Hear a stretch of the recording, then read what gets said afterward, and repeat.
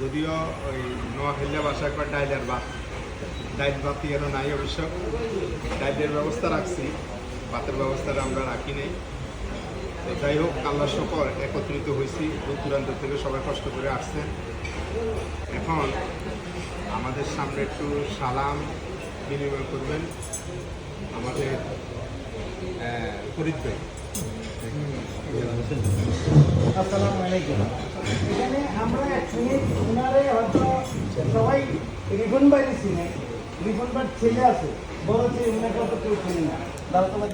উনি হলো ওনার বড় ছেলে। আজকে উনি আমরা ঠাট্টা করতে করতে বললো যে আমরা মজা করি আবার গরিবাই করি, তো তারা আমরা যারা আছে সবাই মিলি একসাথে খাই।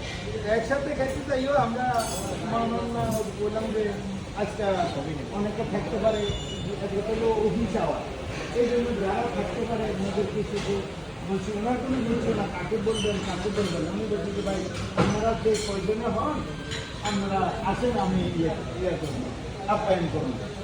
আমরা হাউজিংবাসীর পক্ষ থেকে ওনাকে এবং ওনার ফ্যামিলিকে ধন্যবাদ জানাই আমাদেরকে আপ্যায়ন করার জন্য, এবং আল্লাহর কাছে আমরা দোয়া প্রার্থনা করি যেন আল্লাহ ওনাকে সুস্থ নেয়ামত দান করেন এবং সুস্থ রাখেন এবং ব্যবসা বাণিজ্য উন্নত করেন।